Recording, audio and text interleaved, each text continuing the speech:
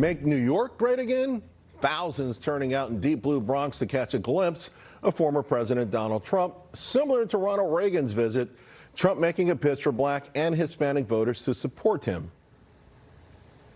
We had a record low poverty rate for black Americans and Hispanic Americans. We had the lowest, we had the best poverty rate in terms of the positive number ever in our history for black Americans and Hispanic Americans. Real earnings for African Americans are down 5.6%. African Americans are getting slaughtered. Hispanic Americans are getting slaughtered. So, will it move the needle? Well, let's get the read from Democratic strategist Kelly Hyman, GOP strategist Justin Safey. And Justin, let me start with you. What do you think about this recent move by former President Trump going after these voters in deep blue states? I think it spells big trouble for Joe Biden. Traditionally, African-American voters and Hispanic voters form the core of the base of the Democratic Party. We're 5 months away from Election Day, and if Donald Trump, the presumptive Republican nominee, is reaching into Joe Biden's base, that is not a good sign for the Biden campaign. That's going to force Joe Biden to defend his base when he should be targeting swing voters and independent voters. Bad news for the Biden campaign. Kelly, last election cycle, I can distinctly remember then candidate Biden going on a radio show and saying if you didn't vote for him, you weren't black. Can they continue to just take black American votes for granted?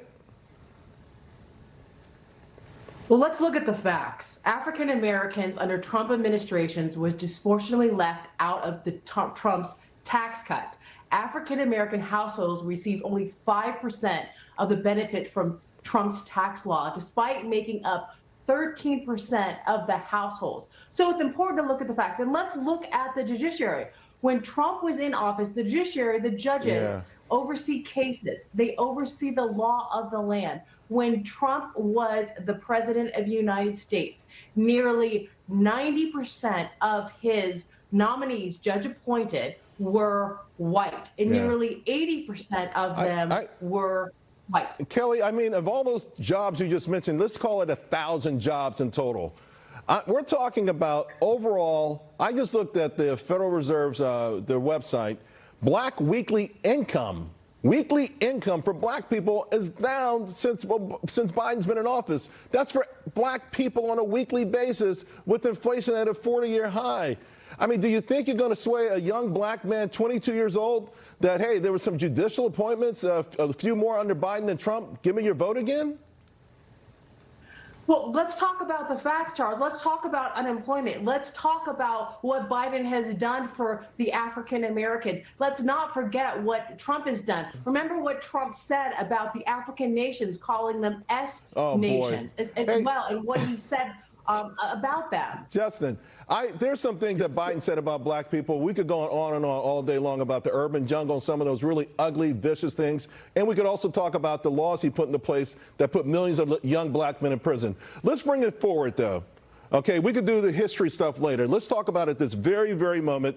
It's pretty obvious, at least according to all the polls, Justin, that the needle is moving. Now, whether it moves enough to flip a state like New York, it may be inconsequential, although we know the election has been won by a handful of votes the last few cycles. Well, Charles, look, if you look at the polls, Donald Trump is getting 4 to 5 times the amount of support amongst African-American voters than he did in 2016 when he beat Hillary Clinton. If you look at the state of Nevada, recently a poll, the New York Times poll showed Donald Trump beating Joe Biden amongst Hispanic voters in the state of Nevada by 9 points. So the Biden's campaign is bleeding support from these traditional Democratic constituencies. And no matter how many judges and other issues that the Democrats want to raise, the African-American community and Hispanic community don't seem to be buying it according to these polls. All right, let's switch gears. Yesterday, President Trump, former President Trump, not mentioning Nikki Haley in his New York City speech, but he did later tell a local reporter that he, quote, appreciated what she said, of course, referring to Haley saying she will now indeed vote for him. Kelly, is this a big deal for you or not?